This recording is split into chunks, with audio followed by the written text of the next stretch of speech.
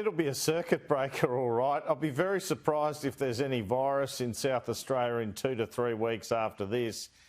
But is it a sledgehammer with a walnut? I mean, they've shut down construction even in March and April when New South Wales and Victoria had 200 or 150 cases a day.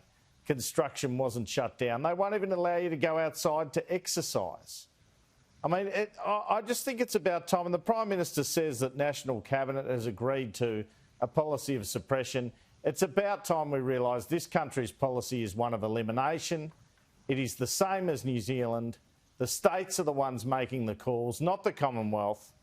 And it is overkill, frankly, Ash. I mean, it also highlights to me South Australia were not ready.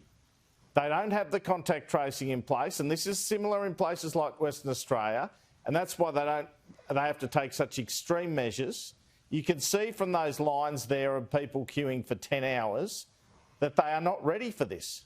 They are absolutely not ready for South Australia. My son has a cough here in Sydney. Yesterday morning he went and got a COVID test. He had a negative test back last night. So essentially he's got a result for as long as it's taken someone in Adelaide to queue up for a test.